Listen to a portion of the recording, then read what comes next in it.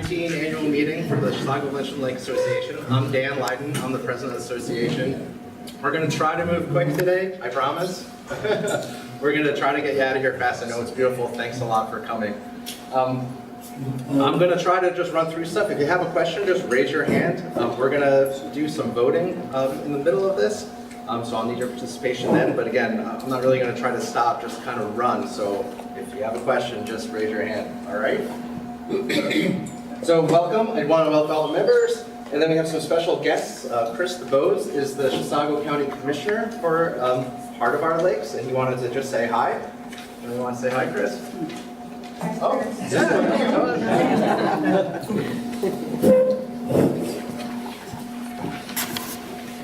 Well, I'm Chris DeBose. I know a lot of you, but I've been involved with the lakes for quite a while. I moved here in '96. I moved to the channel between Chisago and South Lindstrom, and I was really active in Clara there for a while when we were trying to get the lakes connected and get new bridges. So I'm pretty excited about how that turned out. I was on the Lake Improvement District, and I was recently elected to the county board. So thank you to those that voted for me. I'll keep it brief because I know you all want to go home and do yard work, right? One of the things, I'm on the State Aquatic Invasive Species Advisory Board, and I was honored to be put on that. One of the things that's a big issue for us right now because all the invasive species seem to be right at our doorstep right here. So they're really focusing on phragmites and zebra mussels. Education is the big thing. Research on ways to control it and kill it, or at least keep the impacts minimized is the big thing. So it's a really interesting group of people. We meet once a month up in Sauk Rapids, and I've been passing some updates to the Lake Improvement District and the Lake Association to share with everyone. And then I'm also on the One Watershed, One Plan for the Lower St. Croix. The thing we're doing there is we're putting together a water plan for the watershed, and our hope is that we can get a lot of more funding for water improvement projects like we did with the lid, and the lid was very successful doing that, and our water quality is showing it because our water quality is actually getting better, which is kind of amazing in the day that we live in and the use of the lakes are getting, that water quality is improving. So that's all I have, I guess, and I thank you for a couple minutes to share. And if you ever have any questions, give me a call. You can find me on the county website or other areas, I guess. So then we also have Marie Rivers here, Chisago City Council member. She is our liaison now. We just got a liaison for Chisago City, which is great. And so Right. she's here. I'm Marie Rivers. I'm on the Chisago City Council. I was invited here today to learn more about the lakes, which will really be great because when we make decisions about things in the city, then we'll have a little bit more background. I'm not as impressive as Chris DeBose, but I'm here to learn and try to. Yeah, I'm here to learn and try to help out because just by looking at some of the things over there that I didn't realize, and I know that they were saying how the zebra mussels are at our doorstep, and I do go up to Mille Lacs and I see how bad it is up there, and we certainly don't want to have that here. So I'm very happy to be here today and learn what we need to do to keep our lakes healthy. Thank you. Thanks, Marie. So, and then we're fortunate on the Chisago-Lindstrom Lake Association to have several LID members who are here today. Gary Schumacher, Steve, who I'm not going to try his last name, and Joyce, who actually couldn't be here today. But the LID does a lot of work for us. I know it's our tax money that goes to the LID, but the LID is what pays for the majority of the aquatic invasive species work that happens on our lakes, so we're vital for that work. And then Leslie George from Minnesota DNR Fisheries is here, and she'll give the presentation at the end. We have our CLLA officers, Dan Leiden, then Chuck Mattson, who's our vice president, Steve is our treasurer in the back, and Mary Kay Ripp, who's standing up. She was our former president and now our secretary. All right, and then I wanted to welcome all the standing committee volunteers. So we have several people that are volunteering on different committees. So Gary and John Eric are in our AIS work. They do all of the mapping, the point intercept work, a lot of things for AIS, which is about invasive species. Thanks, John and Gary. Then on the Finance Membership Committee, we have Bill and Scott Elledge, who I think are here. You guys are here? Oh, all right, there he is. Then on the Communication Committee, Joyce, Mary Kay Rip, and my wife, Carla. And then the Program Social Committee, Craig Anderson. Craig's up front here.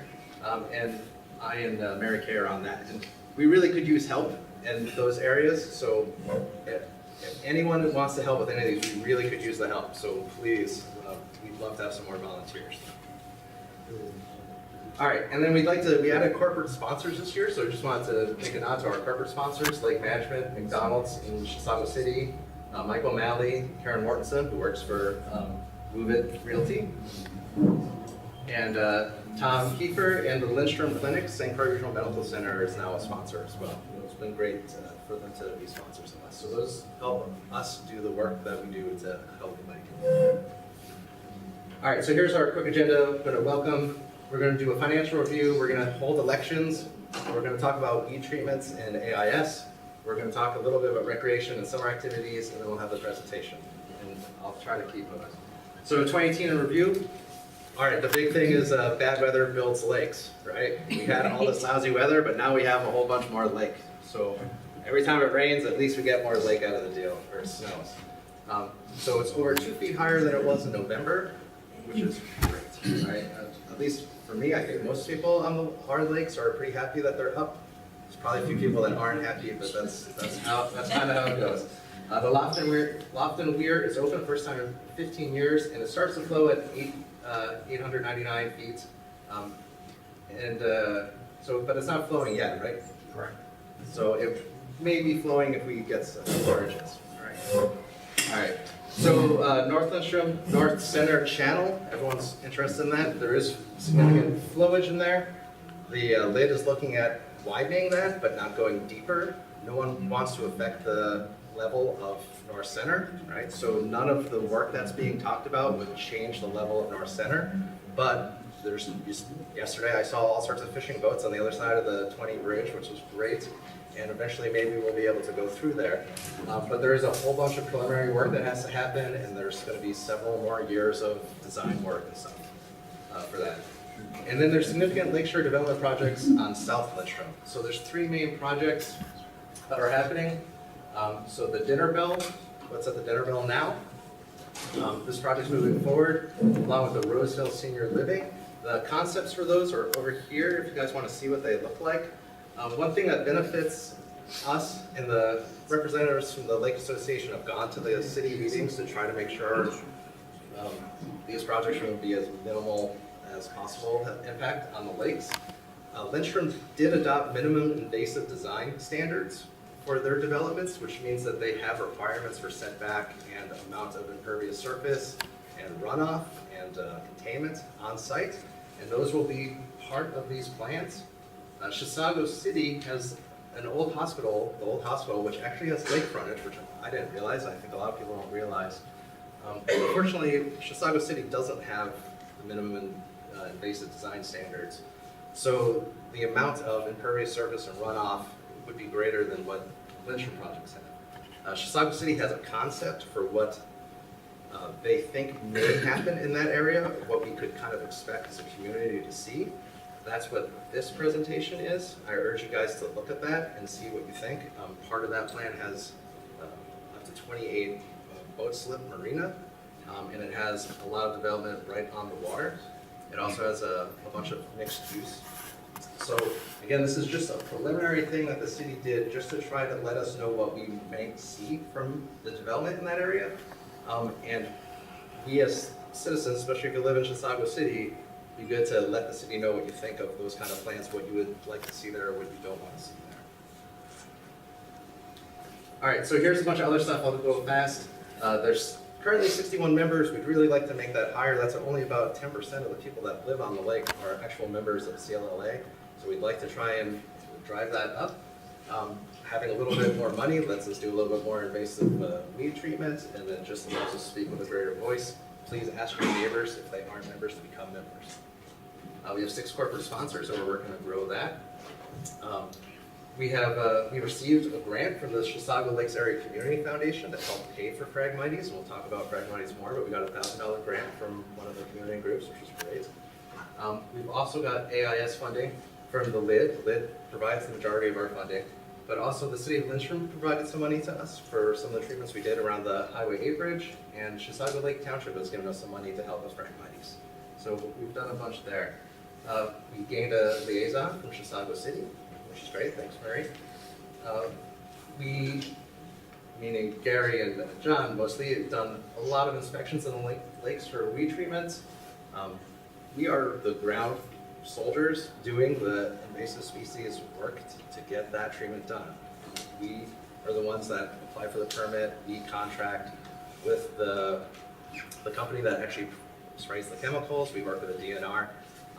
But it's the association that makes that work happen. The cities wouldn't be doing it directly. So we've knocked down the weeds and we've kept the channels open for navigation. That's been the work we've done, and that's the money that you guys pay to associate to us, to the association, that allows that work to happen along with the money we get from the LID.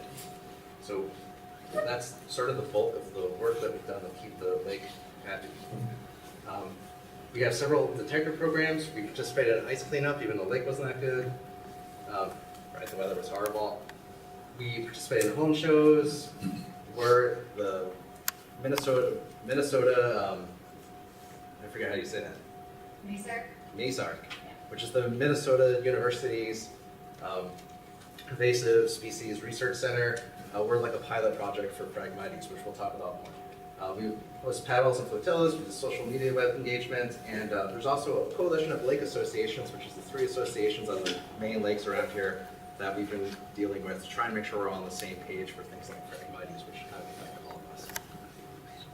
All right, so then I'm going to hand it over to Steve, who's going to talk about our financials.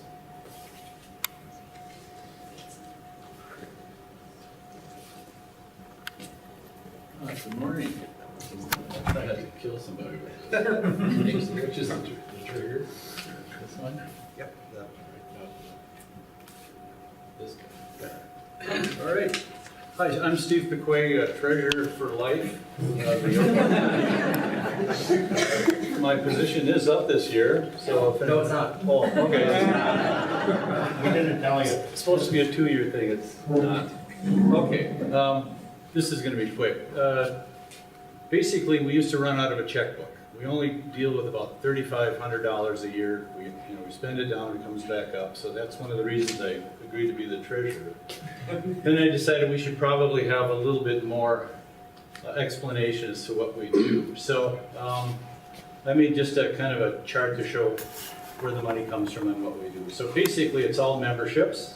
This is as of this year, running till now. Local memberships like today. This is when we bring in most of our funds. We also just recently started doing more business memberships, and those folks will be featured in our slideshow. And they pay $100 a quarter to get a flag. So the flag costs us $25. So it's not, we're not making a killing on this stuff.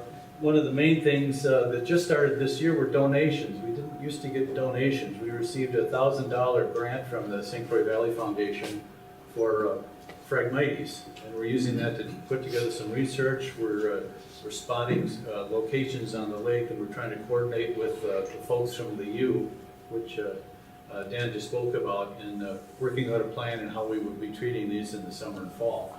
And Chisago Lakes Township, which hall we're in, is going to just give us a $250 pending donation, so first time ever, so that's really nice.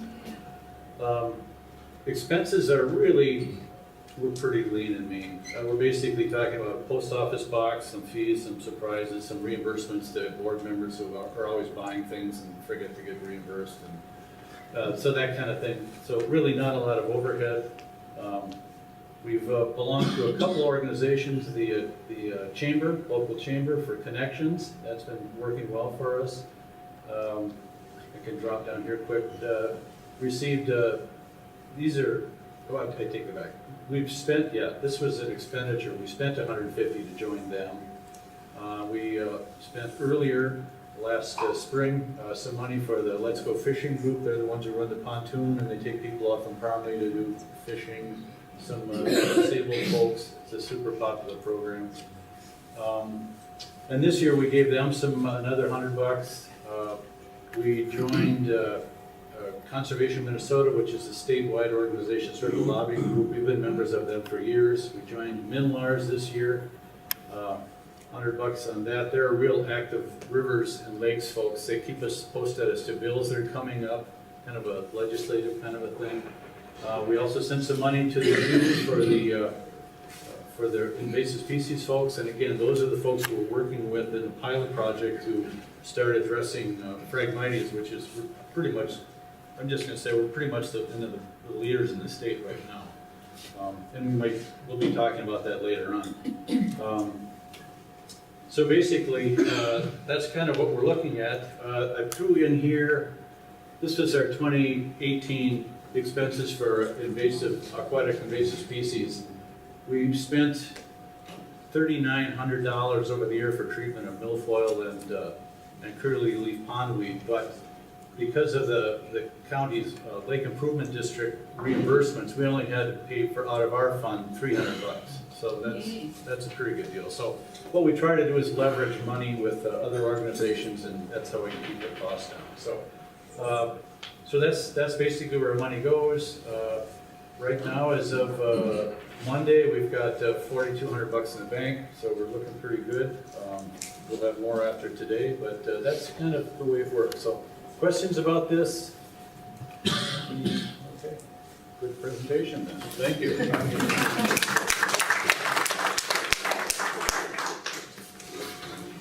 All right, so jokingly, he said treasurer's up, but treasurer's not up. But president and vice president are up. So here are some of the responsibilities for the position of president, which I currently hold. Preside over all the meetings, be a member of all the committees, responsible for carrying out various resolutions of the directors, appoint standing committee, execute documents, perform duties, subscribe. So, does anyone want to be a president? All right, well, you do. Thanks, Mary Kay, for volunteering. No. Can I nominate Dan Biden for president? Yeah, and I will accept the nomination if no one else is interested. If someone is dying to be president, I'd be happy to support someone else if they want to. Otherwise, I'd be happy to continue. I second your motion. All right. Thanks. So, all in favor? Aye. Opposed? All right. Thank you. Thank you. Vice president is also open. Vice president performs duties of president in the absence of the president. If I die, you become president. It's supposed to be a liaison with the LID, although we have so many LID members that role hasn't really happened so much. And then be a member of the Communications and Issues Committee. Craig Anderson has said he's willing to be the vice president. Is there anyone else that is interested in being vice president? I should say Chuck isn't interested in continuing. Chuck's done a great job, and we're glad to see him and wish he would continue. But lucky for him, he spends all winter down south, so he hasn't been able to be as active as he'd like. So is anyone else interested? Then I guess I'd nominate Craig to be vice president. Second. Great. All in favor? Aye. Opposed? Fantastic. Congratulations.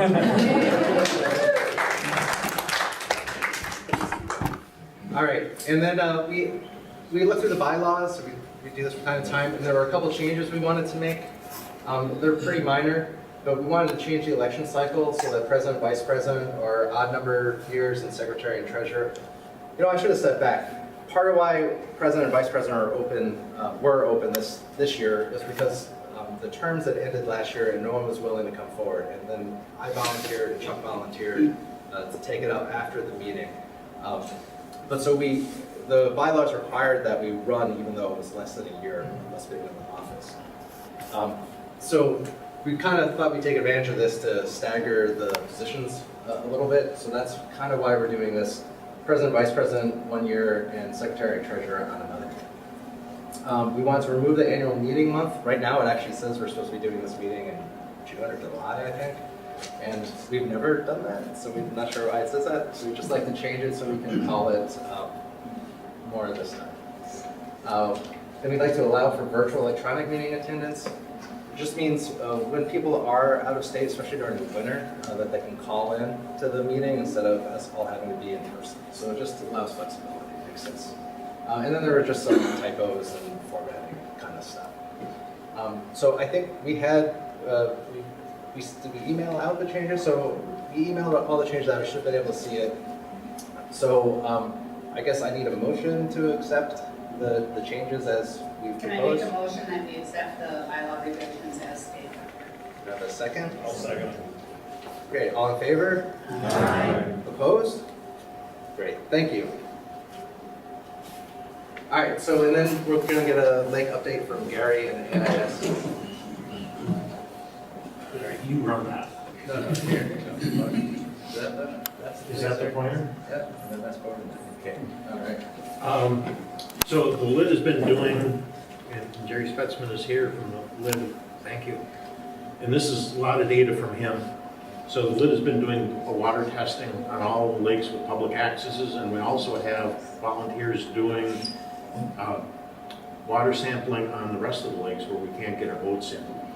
And the bottom line is, well, on the Croon, North and South Lindstrom, North and South Chisago, over the years have all been, the water quality has all been getting better. And, you know, that's what Soil and Water has been doing over the years with the rain gardens, and we were just talking about keeping leaves and debris out of the lakes. You know, if we get leaves in, the phosphorus will turn into algae, and 1 pound of phosphorus makes 500 pounds of algae. So whatever filtering we can do, keep fertilizing and leaves out of the lake, we really help improving the water quality. And I just wanted, I meant to mention, Chisago-Lindstrom purchased a street sweeper the last year or two, and then they don't get funding from the Soil and Water, they agreed to do this. So they'll do a couple extra street sweepings in the fall and the spring, which keeps that debris from going in the lake, which keeps the phosphorus up. Those are- algae reduction. those are all 3 steps that we've been able to do to improve our water quality. Last year, the LID funded a point intercept survey, which is a very detailed analysis of the weeds within the lake. And if you want to find an actual report, you go out on the Chisago County LID's webpage, and the report is there. Bottom line is the diversity is higher than the state average, and it's significant. The plant diversity in Chisago Lake has significantly increased over the years, which is a sign of a good, healthy lake. We have a lot of invasives that we're battling, but the overall scorecard of the lake is good. This year, the LID is funding North Lindstrom Lake's point intercept, so we'll have data on that next year. So, yeah, and there's copies of the report on the side if you want to look at hard copy or go to the web page. And you'll see all of the reports of all of the point intercepts for all of the lakes over the years. So it's a really good data set. I got a question. Sure. Is there a reason why it's like north, south? The further south you go, the worse the quality is? The South Chisago, since the water hasn't been draining through from Chisago over to Green, since we're coming out of a low, it's kind of a more of a stagnant pool without much water flow, and it's a shallower area, which probably caused a poorer water quality. That would be my understanding. Now, we're up 2 feet from last year. I think we got a whole new ball game. So, I guess that was my question. I'm sure it's just speculation, but what's going to balance out between all of the lakes flowing together, so to speak, now, high water? I haven't looked at the elevation of North Center yet. It's probably a foot higher than North Lindstrom. Jerry? We've been taking the elevation data, but it's not calibrated yet. North Center is similar to Chisago-Lindstrom, but higher. Yeah. There's about a foot of water flowing through the channel right now. So, and I hear there's boats going through, some fishing boats, which is kind of a new experience for us all for the last 15 years. Yeah, when the lakes will come up to the level where there isn't that much water flowing through the channel, they're at kind of they're actually, the watersheds eventually will work as one, and then, you know, we may get some water flowing out the lofted weir.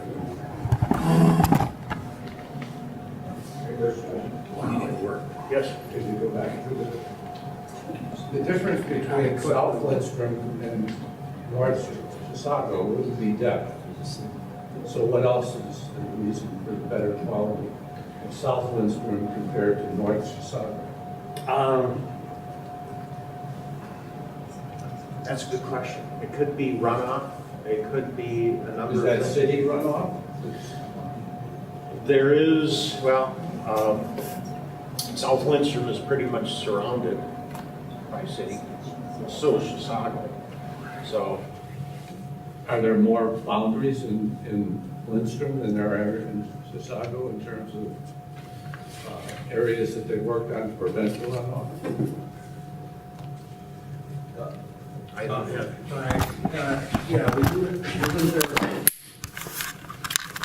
some runoff with regards to the channel by Paradise Park? I noticed, I live next to that, and this spring when the initial snow melted and whatever, there was a lot of runoff into the lake versus out of the lake there.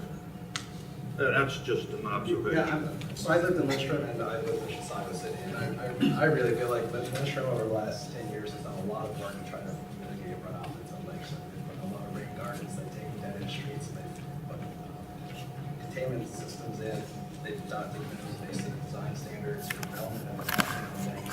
So they've done a lot of things to try to improve the lake quality in those areas. Center City has done a bunch of things, and also Chisago City, in my opinion, has done less of those kind of activities. They didn't adopt the standards, they haven't done as much to adopt rain gardens in areas, and I think we see that in the quality of the lakes.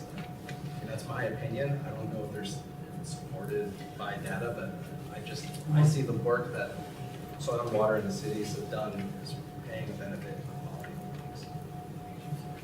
I was just wondering how the lake shore themselves, like when they're mowing right down to the water, how much of that is, affecting the quality of the lakes? Have you seen more people actually putting the buffers back between their lawns and the lake, and if that's making any kind of a difference?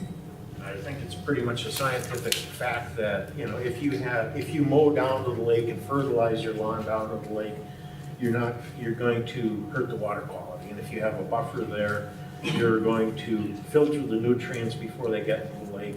It's that phosphorus again, and really going to help the lakes out. So, there's some really good ideas on yard design over on the side, and soil and water. They've got a lot of good information. There's actually grant money available for people if they want to do some work on their own property. They can give you some money to help out the fund, help pay for it.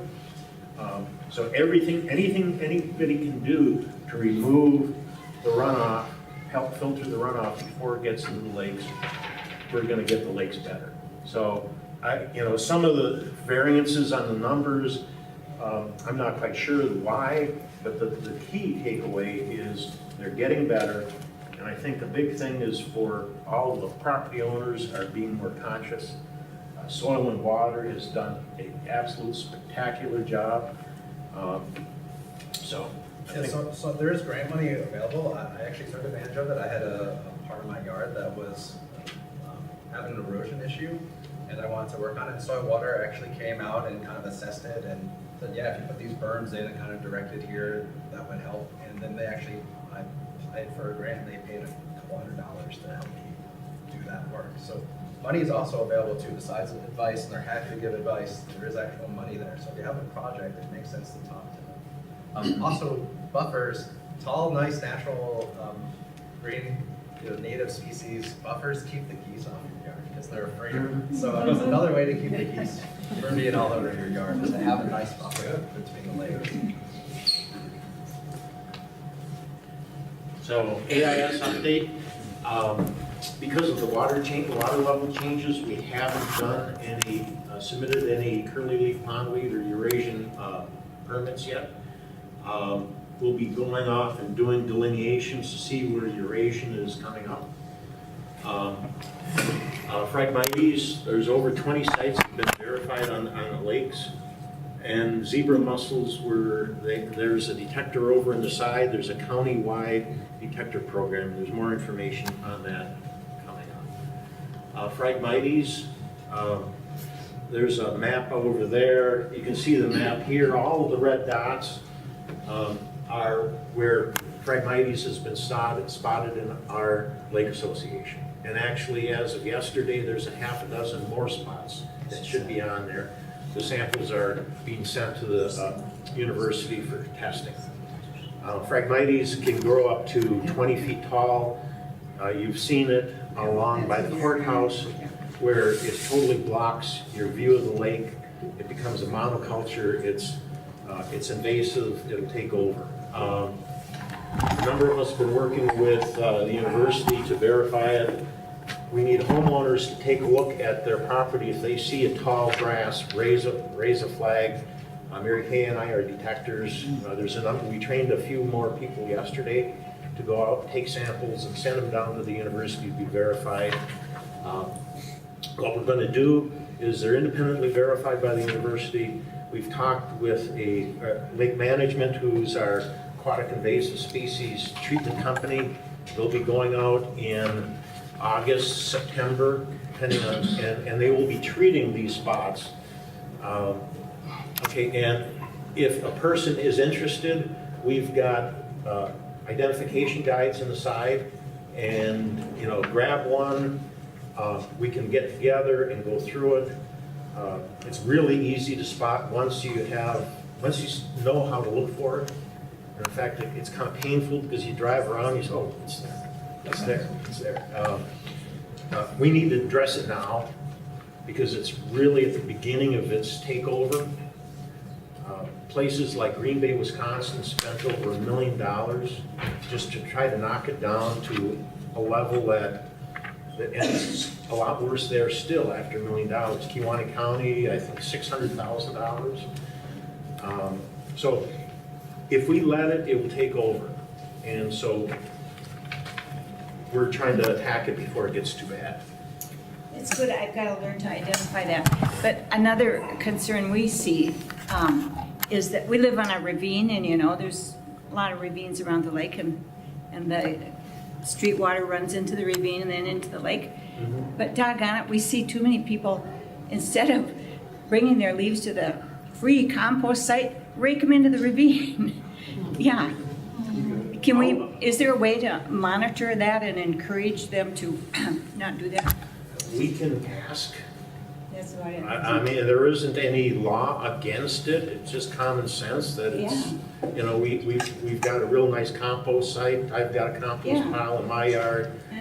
I know. I think the best thing we can do is, same thing with zebra mussels, is we can educate people that if you like a nice clean lake, don't put the leaves in the lake. Yeah. But it's nicer to have a stranger educate the people rather than their neighbor. Yeah, for us to tell our neighbors just makes them mad. Yeah. Well, it's all in presentation, right? Well, not exactly. Grass clippings too that they blow into the streets and everything. I saw the lawn care company last summer that had been blown. They were blowing all the grass all over the sidewalk and into the street, and they were getting ready to pack up and leave. And this was in Lindstrom. Yeah. And so I stopped and I go, hey, you can't do that, pick up or sweep up all that grass. And he goes, who are you? Yeah. And I said, I'm a homeowner and I live here. Yeah. Excellent presentation. When I says, clean it up or I'm gonna call the cops. Yeah. So I don't know if they do anything, but when I did come back, it was all gone. And I think it was a couple of years ago, we had a meeting here, annual meeting, and after the meeting, I was talking to one of the property owners, and they had a generational cottage on the lake, and Grandpa always used to put the leaves down by the lake. Yeah. And that's the way they always used to do it, and they didn't know any better. And I told them, as well, if you move it on the other side of the road away from the lake, you can improve your lake quality. And just like, oh, really? You know, and so I think, you know, we do the best we can and hopefully make some progress. And, you know, there's no law against it. All we can do is hopefully people have common sense. Yes, sir. I just wonder, is this high water helping or hurting the phragmites? How does it affect them? We talked with the university researcher, and we'll let you know in summer. I think it's probably going to drown out some, but it's probably providing more areas for others. So, you know, which side wins, I'll let you know. You know, so some of these dots will probably disappear, and like I say, as of yesterday, more dots are showing up. The good news is, locally, Center Lakes, we think, yeah, we have it bad, it's manageable. Center Lakes has it significantly worse, but it's still manageable there. How do you kill them? Basically, you have to, it's a chemical treatment. Oh. In fall, when they're bringing the nutrients back down to the roots. But the problem with the Phragmites is it propagates through seeds. Plant stem, if you take a chunk of the stem, cut it and move it, so if mowing will spread it. It has above ground runners, and it has underground tubers. So, you know, so through the air, through the ground, whatever, it will propagate. So it's kind of one of the things that we need to get a control on, or else it'll be bad. So, identification guides, free training, it's actually kind of fun to do. Zebra mussel sampling program. Suzanne is running it from Chisago County. There's a sampler over there, so contact her. You can go onto the LID webpage. You can get her contact information or use it there. There's Mary Kay with the sampler. You hang it off your dock, and at the end of the season, she'll grab them and test them and see. This is kind of a early warning system to weather, so to find out if we have zebra mussels. It's also monthly checks during the season. Yes, yeah. So, yeah, you know, homeowners check it monthly, and then she'll check it at the end of the year. Once we find zebra mussels, it's going to be a problem, but the sooner we find it, the better. Will give us some sort of a chance. So we just call her if we want to volunteer to hang one of those on the dock? Yep. Okay. Now, she's going to probably try to limit to, you know, strategic regions in the lake, and, you know, probably can't do it for every homeowner on the lake. Yeah.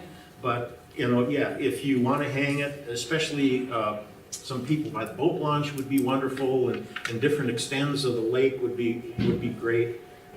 Those would be prime candidates. So, you know, Forest Lake has got zebra mussels 2015, Comfort Lake, which is just down the road, 2017. So, you know, it's not far.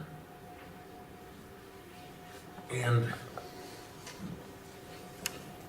yes, sir. What do you see with, those little animals that burrow take your lawns off? Oh, muskrats? Muskrats. Yeah, those are bad. Yeah.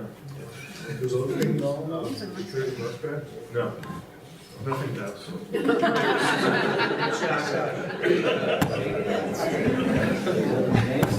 Well, hey, thanks, Gary.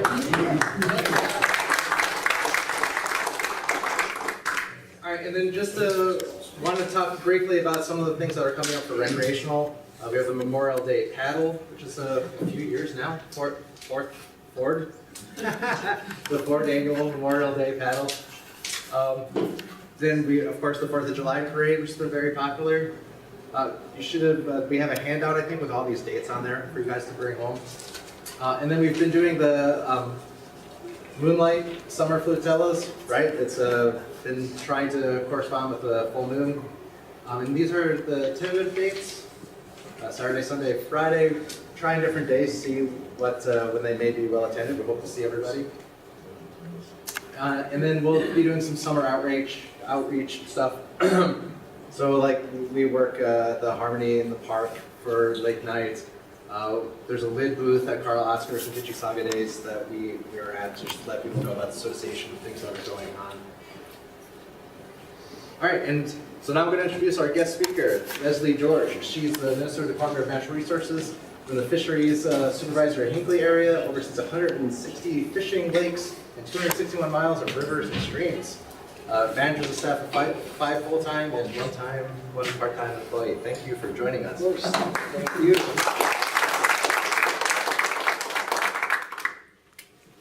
All right, I'm going to start a timer because we've got a lot, and I have a half hour. So thank you so much. So I don't know if this is going to work, but we're going to try to get through this. So thank you for the introduction. I've been at the Hinckley Fisheries office since September 2015, so 3.5 years as the supervisor there. I've been with Fisheries for 15 years. Let's see here. I started as the Accelerated Walleye Program Specialist down in Windham, kind of by the Iowa border, trying to raise as many walleye fingerlings for stocking in lakes as I could. I did that for about 3 years before becoming the Fish Habitat Specialist for the Northwest region of the state out of the Glenwood office. Again, I was there over 9 years doing that before coming over here as the Area Fisheries Supervisor. So what we are going to attempt to cover so quickly I think I got 6 topics. What do we do? Everybody thinks about lake surveys and stocking, but believe it or not, we got a lot more to deal with than that. So I think it's kind of good to just kind of frame our world for people and understand a little bit more about what we do. We also were out on Chisago and South Lindstrom just last July. So we'll quickly go through the highlights of that. Again, amazingly quickly, unfortunately. We have a largemouth bass special regulation on Chisago and South Lindstrom. I hope that is not news to the group. Okay, that's not good. But so that's been on since 1997. That's a long time. It was time to take a look at that. So we've started to take a look at that, and I want to share our cursory look with you guys and get some reactions. Northern Pike Zone regulations went into effect last year. We'll have a brief reminder about that because it does affect these lakes. Tribal harvest. This is about an hour and a half discussion. So 5 minutes is not going to do it justice, but I will do my very best because I know there are questions. I'll also stick around after. And again, what we're going to be doing in 2019. If you guys see us out there, what we're up to. So, my attempt to cover this in under a half hour. So, we'll start with, again, just kind of what we do. As mentioned, there are 6 of us and one day a week administrative help for me to pay bills. So really, these are the 6 of us that are doing all of this fisheries work for 4 counties. Again, I've been around 15 years. Eric in the bottom right corner, he's fresh out of grad school. He brings a lot of brand new techniques and knowledge. We're doing things we wouldn't be able to do without that knowledge he brings. Everybody else there has been in that office pretty much for the duration. So I'm new and Eric's new, but your core has been there for decades. So, we do fish surveys, obviously, right? What's pictured here is a trap net. They're set near shore. We're catching your near-shore fish, things like sunfish, crappies, depending on the time of year. Again, those that hang out near shore. We also set gill nets. Those are out in the middle of the lake, set on the bottom. They are in entanglement gear. In our near-shore trap nets, all of these fish are alive during our survey. When we come check them, in the gill nets, which are again in entanglement gear, most of the fish are dead. These are what samples, again, the middle of the lake fish, your pelagic species, your walleyes, your northern pike, so on and so forth, are the gill nets. We also do electrofishing, which is exactly what it sounds like. We are sending an electric charge through those droppers into the water, stuns fish, does not kill them, just stuns them enough we can net them, throw them on the boat. The minute they're in, it's called uncharged water, they come right back around. We can take our measurements. Largemouth bass and smallmouth bass do not trap well. We don't see them in our trap nets, we don't see them in our gill nets, and that's where electrofishing comes in. We usually do this at night. So if you see floodlights out there in the middle of the night creeping along your docks and your shorelines, it very well might be us with this boat. Lots of lights, big generator on board. And of course, we have to work up the fish. Some offices that do it back in their shop. We tend to do it floating out in the middle of the lake. As far as our weights and measurements and taking ear stones for aging, so on and so forth. We also have lakes and rivers, trout streams to manage. Or, I'm sorry, rivers, trout streams, and we kind of have some of these, let's call them middle-sized rivers as well. So depending, when we survey those, depending on the size, we might be using that big electrofishing boat again for something like the Kettle River or on the St. Croix. We're using our big electrofishing boat to sample those rivers. Middle-sized streams, this is actually the Lanesboro crew. We use what's called a barge shocker. Very similar concept though, still running a generator, still sending an electric charge through our little wands that we're holding. So that's how we sample mid-sized streams. And then for our very small streams and a lot of our trout streams, we're using it literally on a backpack. That's called a backpack electrofisher. When the stream is not much wider than, for example, this open space here, we're using that and your electric charge, if you will, is coming off of that. So, kind of the nutshell of how rivers and streams are sampled as well as lakes. That's kind of our standard assessment gears. We also do special investigations or special assessments. What this crew is doing here, this is Hinkley staff. Usually there's only two. This is actually training an intern. It's not one guy just standing there, honestly. But what we're doing here is looking at nearshore fish. Not only things like your minnows and your darter species, but your young of your fish. So we're using a seine to sample those. We also, again, will use that backpack electrofisher, digging under rocks, digging under logs, things like that. Again, sampling those little fish. This is something that's become more and more prevalent in DNR fisheries as we learn the value of the entire fish community, not just the game fish community that we typically use to target. And again, going after things like shiners and the different darter species. Again, we do some night work as part of those special assessments. We conduct night electrofishing for walleye in the fall when temperatures dip down around 50. We also conduct muskie surveys. Right now literally we have staff on Cross Lake right now. We use very large trap nets, the ones I showed in the very first slide, but they are very large. I can stand inside of this hoop. I'm a little short, but you can still, they're big. And we use those to catch muskies in our 4 managed muskie lakes about this time of year when they're starting to spawn and doing those spawning runs.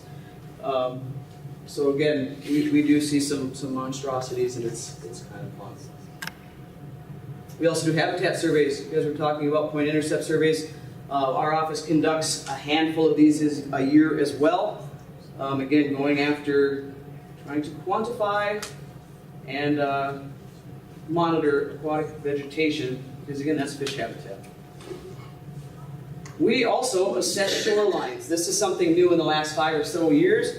You may see a staff member out in a boat. Looks like he's taking a picture of your shoreline. He is. And then we have different zones that we're scoring that land use. And again, like the vegetation surveys you guys were talking about earlier, it gives us another way to measure what's going on in these potential impacts to water quality in our lakes, which of course then impacts the fish community. We also, Hinkley Area Fisheries, we also own land. Very much like our wildlife management areas that a lot of you may hunt, we also have aquatic management areas. They're the same thing, just managed by fisheries instead of wildlife. We have a handful of these. Land management takes up an amazing amount of time to address things like encroachments, boundary signage, getting the surveys done, so on and so forth. We also work with fisheries habitat staff to control invasive species on these properties. We also hold fishing access easements to trout streams so that members of the public can have access to a trout stream that would otherwise be private. We pay landowners for that permanent access for any of us to go out there and fish our trout streams. And of course there's some management that comes with it, signage and things like that. Monitoring to make sure that the landowner is leaving it alone like we paid them to do and allowing the access, so on and so forth. We also have a large conservation easement. This is on the northwest shore of Sturgeon Lake in northern Pine County. And it's actually at this area here is an active YMCA camp. And we were able to purchase this, it's almost 200 acres. That is now available for public use, dog walking, hiking, you can bow hunt it, so on and so forth, and also gives the public access to all of that shoreline, let alone the permanent protection. We also do, I should say, myself and Deb, the assistant supervisor, do a lot of environmental review. When bridges are replaced, this is Lawrence Creek down in Franconia. When bridges are replaced, culverts are replaced, it can have an amazing effect, sometimes for the negative, on fisheries. So these bridge and culvert replacements will cross my desk. And we were able to make comment, and some of them, like for example, the Lawrence Creek Bridge replacement, we will, I don't want to use the term babysit, but monitor a lot stronger than we otherwise would. This is our hydrologist, Craig Wills, and myself. We were looking at the connection between North Center and North Lindstrom, knowing that that project was under discussion. And of course, I was the only one with waders, and I had to pull him all the way through. So I like to use this anytime I can in a presentation for him. But we're doing things like that. You know, when we hear about projects, just like you guys were talking about some of those potential developments.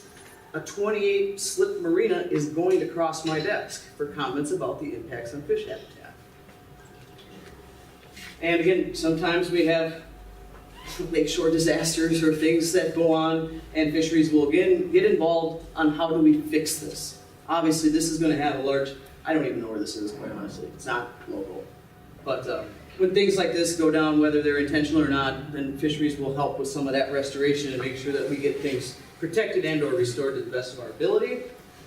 And as another local example, the Highway 20 bridge replacement. We were pretty involved in that as far as timing of construction, how it was done, time of year, let alone time of day, so on and so forth, because we did not want to impact the spawning fish migration through that area. We also raise fish at the Hinckley Fisheries office. We raise 25% of the state's stocked muskies at our office. The majority out of these 3 drainable ponds. Our office is about here. This is the Grindstone River. And again, we have 3 dug ponds. This is Highway 61. If you drive through Hinckley, you will absolutely see them. It's amazing how many residents of Hinckley have no idea what we're doing in these ponds. But maybe that's okay. So again, we raise a lot of muskies up to about that 10 to 12 inch size for stocking into statewide muskie lakes, managed muskie lakes. And of course, we also raise walleye fingerlings.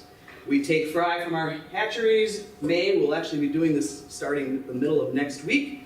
We'll drive to Brainerd. We will pick up over 3 million walleye fry, some of which go into lakes and some of which will go into ponds that we grow them up over the summer. And in the fall, we go back net. These are walleye fingerlings here that get stocked into lakes like the one we live on. And of course, then we also do some stocking. This is actually a shot of trout being shot into Grindstone Lake in Pine County. But actually the vehicle I drove is out there as a stocking truck. It's amazingly simple.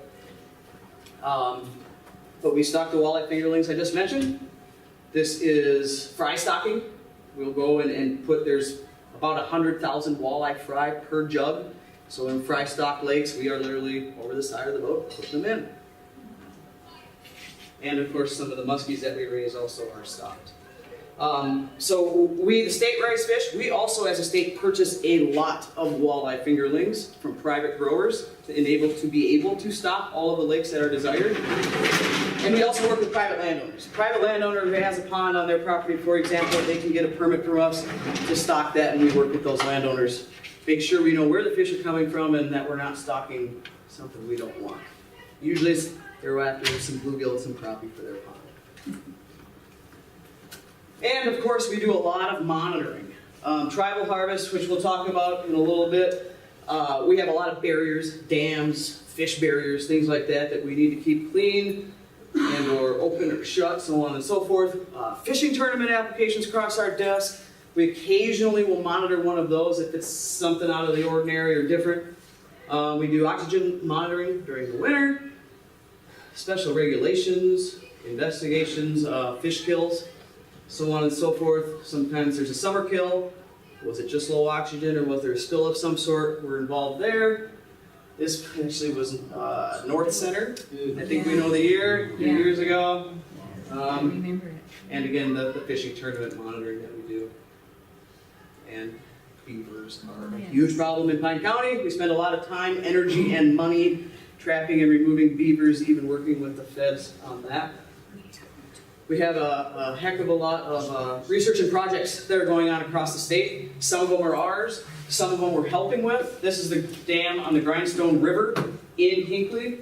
There's currently a project in the works to remove that. We do sturgeon research. We are very fortunate in our work area to have sturgeon in the Kettle and Snake and St. Clair rivers. Yes, these are fishing rods. This is the one time we actually fish working because it's the best way to catch sturgeon. You can't catch them in nets. You can't electrofish them. It's the one time we have to hook and line at work. It's very, like 2 times a year. I'm serious. Just to be, it is what we do if we have time. And again, that's tagging them. We get tag reports back from anglers, shows us movement, growth, so on and so forth. We also tag trout. We have internal tags in a lot of trout in Grindstone Lake right now, and we also have an antenna array set up at the outlet. We're trying to figure out how many of these stock trout are just right down the Grindstone River. So we're in the second year of a 2-year project there. Just another project is rainbow smelter in Grindstone, which is very rare, and we're starting to do more work to try to understand that with some, let's just call it higher tech gear and different gears. We help on Mille Lacs. As I'm sure, Mille Lacs is in the paper a lot. Sampling Mille Lacs takes a lot of staff. One office can't do it, so being so close, we do go help. We also help in statewide egg takes. All of the walleyes that are raised in our hatcheries come from about 2 or 3 very large walleye runs, and that is literally a pit full of walleyes, and they are stripped, and our staff go help with that. And on occasion, offices like Tower and Grand Marais, somebody's got to fly into the boundary waters to do those surveys by canoe, hauling the nets, and our guys will occasionally go up there too and get to have that experience. And of course, we're also having conversations with groups just like your county would, consistently, if not just by email, but occasionally face-to-face too. And of course, we have all the other mandatory stuff that either our fish chief or commissioner says we got to do, and training and so on and so forth, talking to groups like this. Big John in our office does all of the kids' events. You've probably seen him at the water festival, things like that. So, let alone our own boat maintenance, and we literally sew our own nets back together in the winter, all the tears and the holes. Some crabby guys by about this time of year. Okay. So that was just kind of, again, just to frame what we do in a nutshell. All right.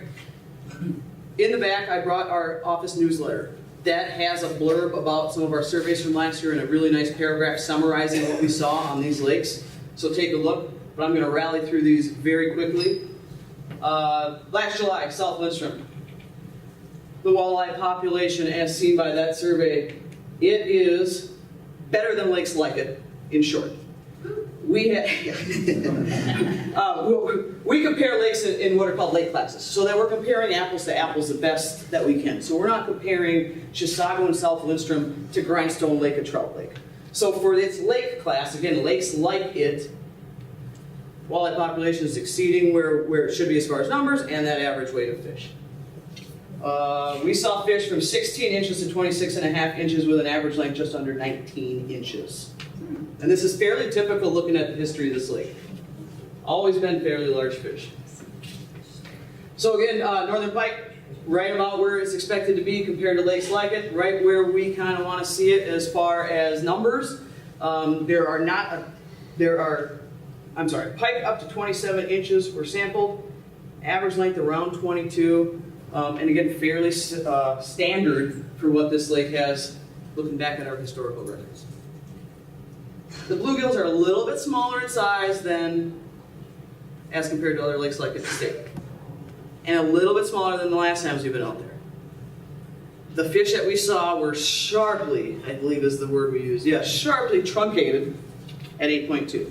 We did not see a fish over 8.2. There was a lot of fish up to 8.2, and it appears that anglers at 8.2, taking them home. We really did not see any fish beyond that. Crappies, numbers are, depending on if you looked at what kind of net we looked at, we used the trap nets and the gill nets for crappies, right around above and below where we expect to see them. So that's good. The largest fish out that we saw was about 11.5 inches. Largemouth bass we're going to talk about in a minute with the regulation. High numbers, fairly unimpressive size, average length of under 12 inches. And we also conducted that nearshore fish community that I talked about. We did that in late June. And we also mapped the floating leaf and emergent vegetation in the middle of August. Chisago, again, we're above lakes like it as far as the walleye population, and it's very typical for what we've seen out here.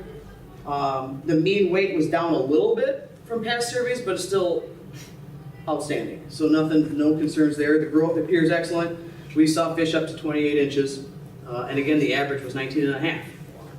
So there are a lot of nice fish out there. Pike, similar story, which this shouldn't be too shocking given the connection and the fact that you might as well call it one lake. So none of this is very different from what we just went through with South Lindstrom. We did see pike up to 39 inches on Chisago. They were actually pushing 24 inches, almost 4-pound fish. Those are really nice big pike. And we saw a lot of different ages, so there's pretty consistent natural reproduction that's successful up there. Bluegill numbers very similar to South Lindstrom.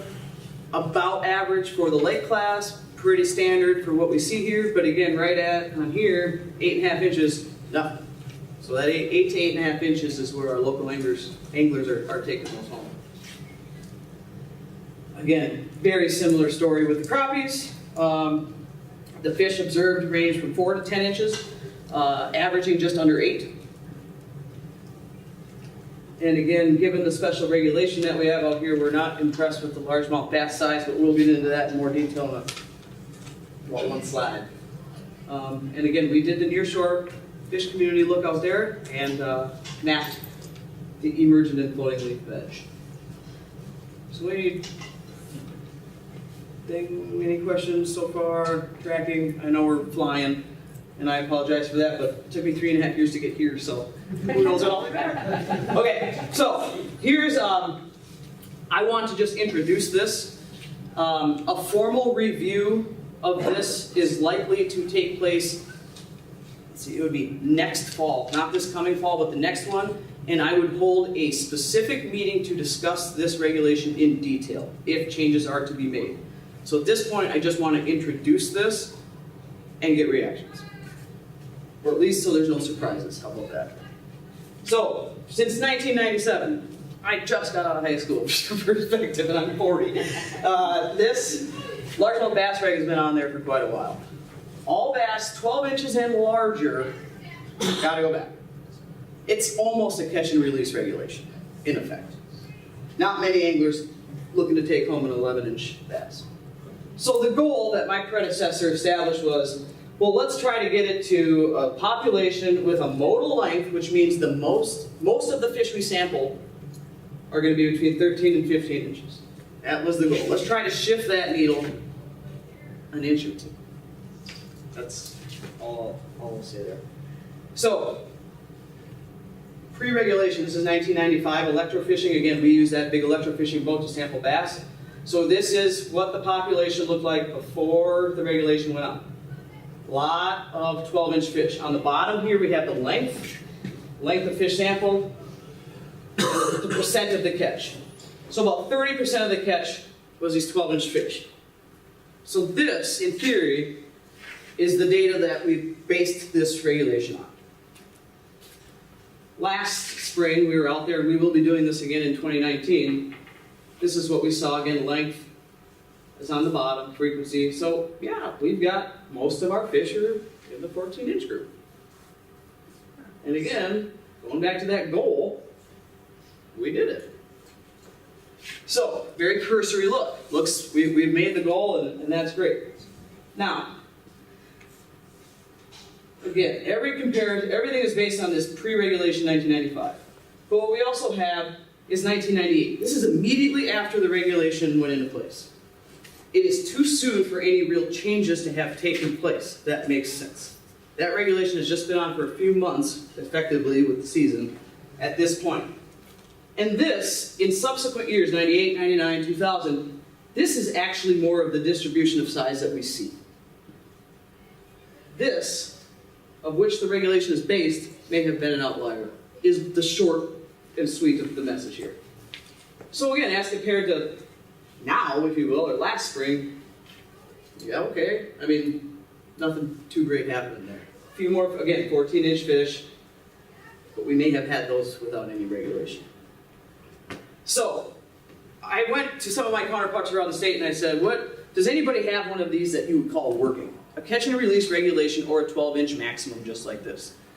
I had to ask quite a few offices. A lot of offices have already dropped these types of regulations for lack of effectiveness. I found one. This is in Todd County, Little Falls work area. The blue bars, this is, again, very similar. We've got length on the bottom. Ignore the normalize. It doesn't matter for this conversation. You can consider this frequency. It's just like the graphs we just looked at. Their blue is before the regulation went on, and this one went on in 1996, so very comparable. The blue is before the regulation, lots of 10 and 11-inch fish, and here's what they see now. A lot of fish up in that 15, 16, 17.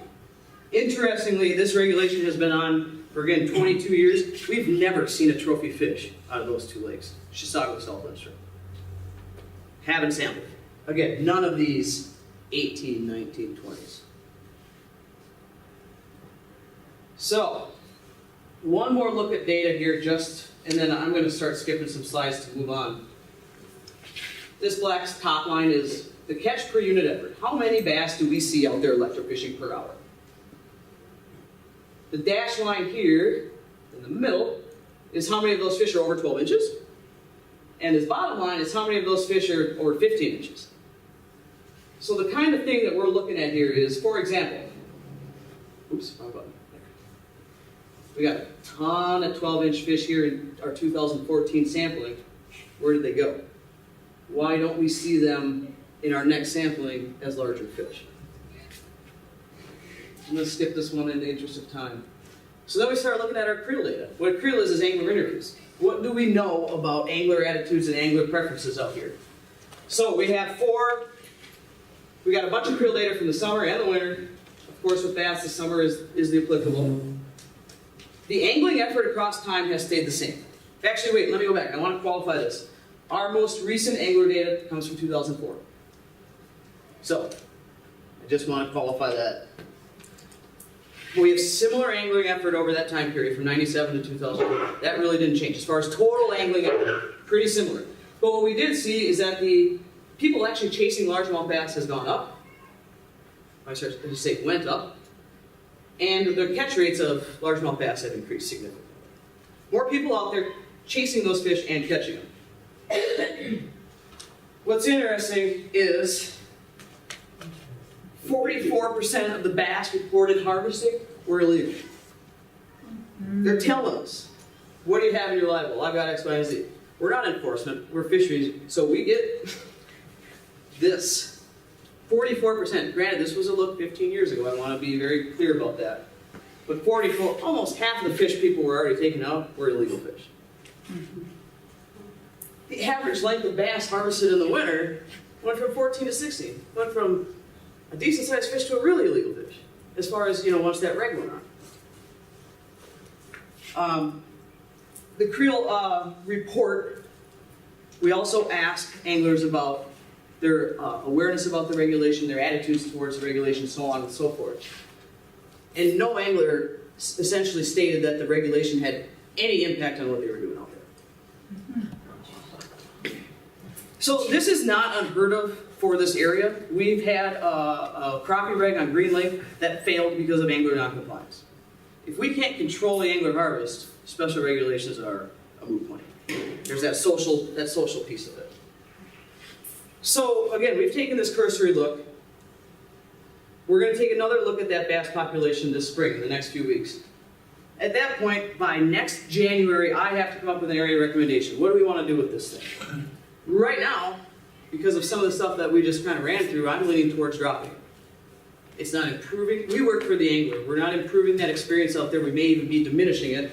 Anglers are they want to take home 14-inch bass. They apparently are going to do so. So what would happen, and again, we're just kind of talking preliminary, I will, if we decide to move forward to drop this regulation, that would be a process initiated next January. We would submit our data, some of the things we went through and a little bit more to St. Paul office, so they put eyes on it. It's not just what I think. We're going to have an outside review.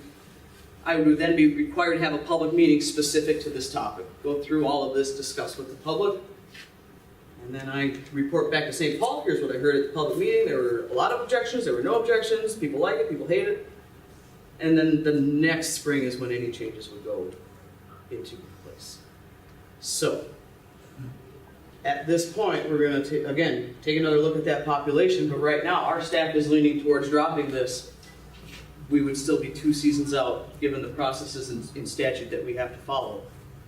But I wanted to at least have talked to this group first, before I start any process, and just get those initial reactions. So,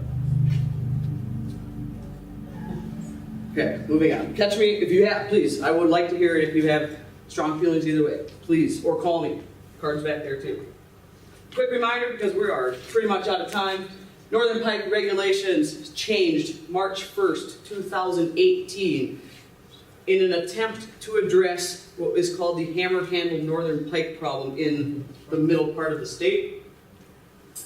All lakes and rivers within this north-central zone that do not have a special regulation for northern pike now fall under this 22 to 26 inch protected slot, meaning anything within that window must be returned to the water. You can take 10 fish though, only 2 of which can be the larger fish over 26. And again, this is to try to target in many lakes in that kink world, if you will. We have a lot of very small, what are called hammer-handled pike. Their densities get so large that they can't grow. They impact walleye, fingerling stocking. The impacts, I mean, again, a whole other half-hour topic on the impact of these small pike. So I just wanted to bring it up as a reminder. The first year, meaning 2018, enforcement called it a year of education. I'm not sure that they will be so lenient in 2019.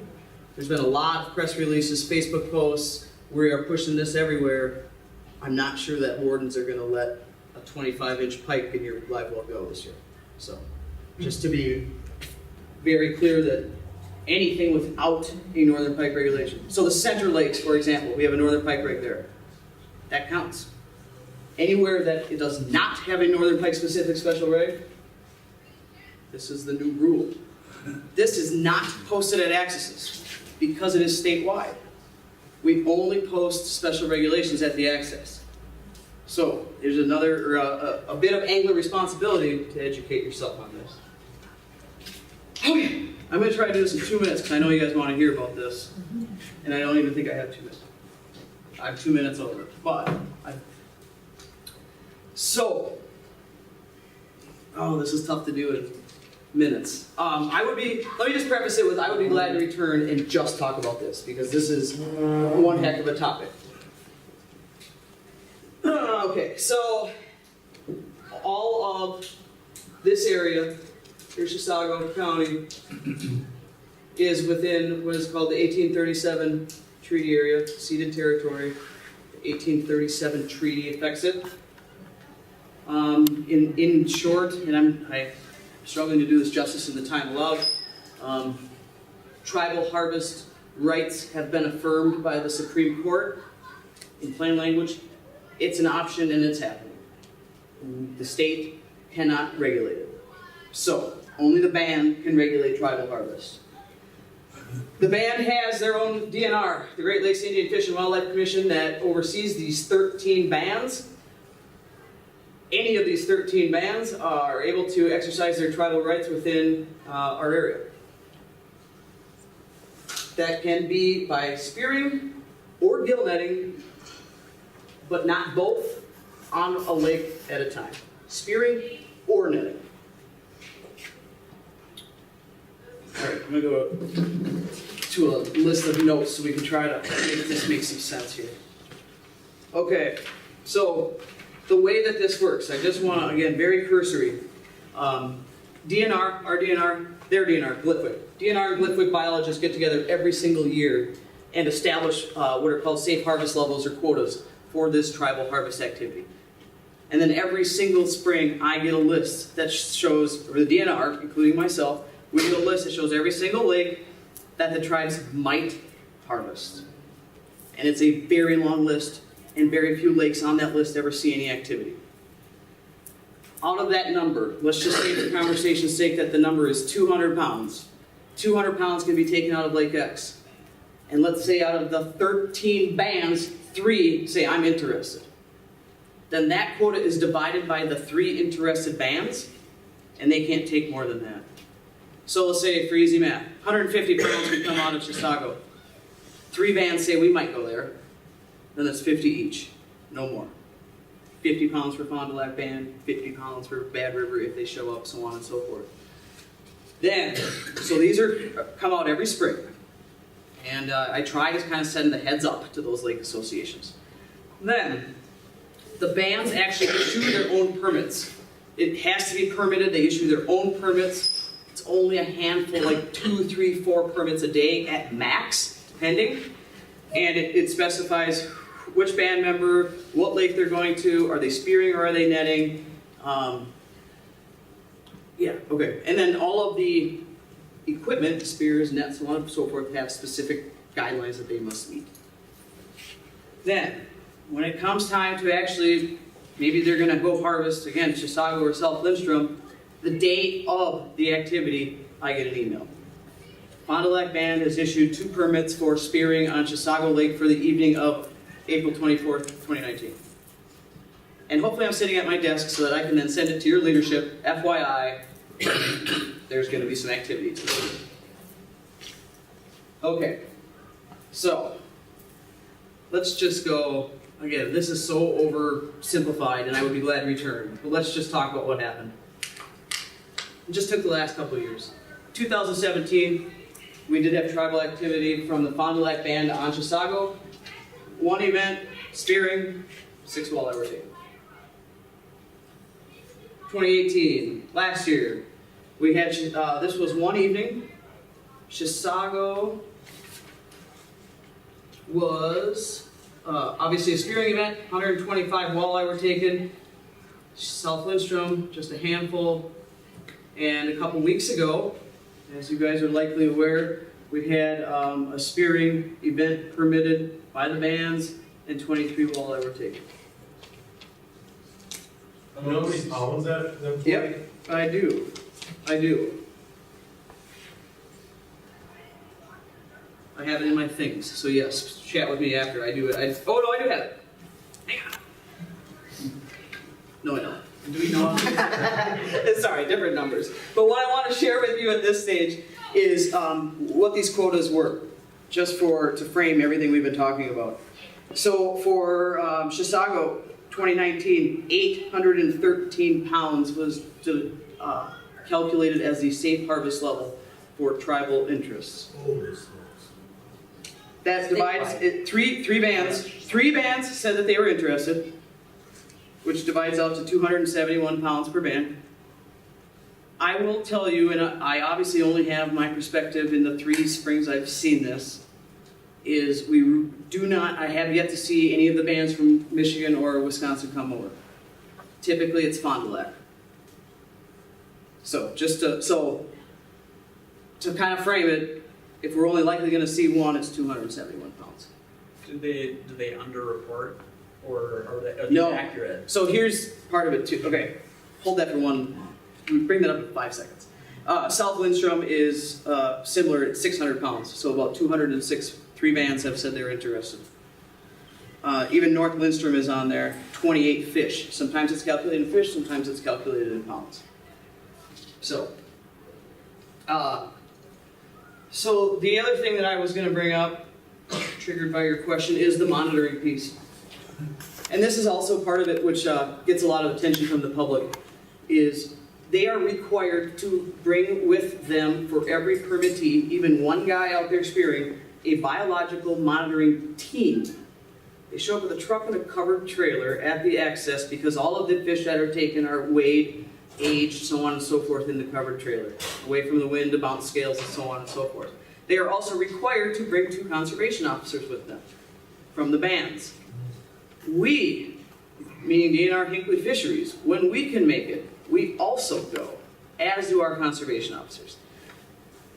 But the reason I mention that too is that now we've got about 6 to 8 vehicles and people at the access for one guy. It looks like a hoopla and a half for one guy. There were all these Native Americans in here? No. There was one guy. But this is the world, that the requirements that come with this.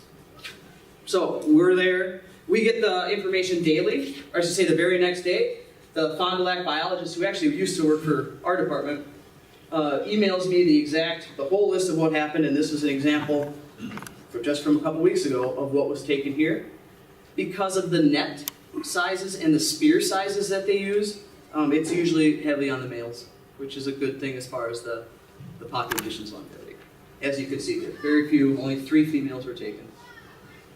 So one year it was 125 fish.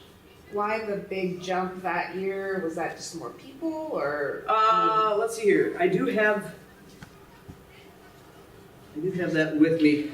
Timing is everything. Water clarity is everything. Conditions are everything. One gentleman that I actually monitored on Knife Lake in Kanabec County, he was netting. He'd never been on that lake before. He just went out there and threw his net out and is enjoying his tribal, cultural, anglers like the rest of us. Sometimes it just goes better than others. So So all of these quotas that we've been talking about, they're set for walleye, but everything else is still on the table. So if nets catch northern pike, nets catch sheephead, nets catch bullheads, they go with them. Everything goes with them. So you're kind of saying in a nutshell, it's not as profitable for them as we are thinking that It's a subsistence. These are shared fish community-wise. There's no money. They're not making money off these fish. Yeah. So This is taking it back to their table. It's a cult. Exactly. Yeah. Yep. It's subsistence and again a cultural driver. So it sounds like it's more of a pain in the ass for you guys to do that with everybody looking over their back and they come back with next to nothing. Handful, yeah. But, I mean, quite honestly, we've also seen reports, I think it was Green, they got into them the other night, let's put it that way. Where you can, there went a couple 100 pounds like that. But again, we still have to operate within these quotas. Yeah, it can be, it's still fishing. It's still fishing. And the quota is determined by the tribal DNR? And ours. And our people way above my pay grade in St. Paul, they sit down annually. It's very similar to all the Mille Lacs meetings that just get press. But yeah, our biologists sit down with their biologists and recalculate these things every single year based on what we know, don't know, so on and so forth. Based on the population? Yeah, exactly. Yep, exactly. So, on an earlier slide I had mentioned too, and this is we can really talk about this one year, maybe next spring. The Supreme Court ruling also says that we will co-manage these lakes with them. So that is a little bit of a definition in progress. The bands have been raising fish. They actually helped us stock some of our area lakes in Pine County. We didn't have the fish. They helped us get it done. They also conduct population estimates. Some of the sampling we do, they're doing, in different lakes. So yeah, we're all trying to inform this process with the best knowledge we have at the time they sit down every year. Now, is the DNR required to restock these lakes if they do get depleted? No, well, we have management plans, but again, these are set to be at a level that we can call surplus or safe harvest level. That if these fish left, let's say it's 600 pounds, we do not project a long-term population impact. Considered surplus, not, okay, now, the only thing, I mentioned earlier, we can't regulate the band activity, but the only thing I can do is regulate the state anglers then. So if we started to have concerns, all I can do is maybe put a special reg on. I can't regulate what the bands are doing, which is kind of a lot of the, think about Mille Lacs and part of the problem. Yeah. But Our hands are their tied. mismanagement, you have to try to come up with a control with what you can I'm control. gonna just consider it another harvest piece, and just like, we were talking about angler harvest, and it's another factor, yeah, for 90% of our work area. So, it's beautiful out, we wanna get out of here. We're gonna be around a little bit. We're gonna do some spring, I mentioned we're gonna try to get those largemouth bass again. We're also gonna do largemouth bass sampling on North Lindstrom, because North Lindstrom is up for a population assessment. All of our nets, the trap nets, the gill nets, the electrofishing, that's happening on North Lindstrom in July. We're gonna do some of our nearshore work, that's what IBI is, floating leaf and emergent mapping, and score the shore, as we discussed, also on North Lindstrom. And then we'll be out in the fall electrofishing on South Lindstrom, looking for naturally reproduced walleye, if time allows. And these lakes, Chisago and South Lindstrom specifically, are on an every other year walleye fingerling stocking plan. It's about almost 900 pounds combined between the two lakes. We stock them right from the access, so to me it's like, this 600 pounds go that way and that. It's a combined about 900 pounds that we stock there. So every other year. So we electrofish in our off years, and that happened last year. So this year we'll electrofish and see if we see any that were naturally reproduced. And as per normal, I've gone way over time, but I will hang out. I'm sure there's questions. And again, I would love to do the tribal harvesting with some, it's confusing and it's detailed, but hopefully it at least alleviated a little bit of the misconceptions about what goes on out there. But I can, like I said, that's probably an hour plus talk as is. So, see you in 3.5 years, I guess.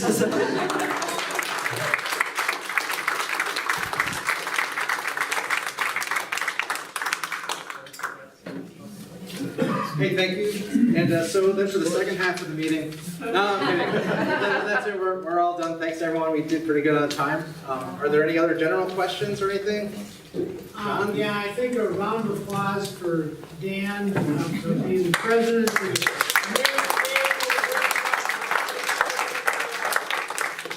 All volunteer work, and they're not getting anything out of it, but it's financially, but they're doing a great job. Yeah. Thank you.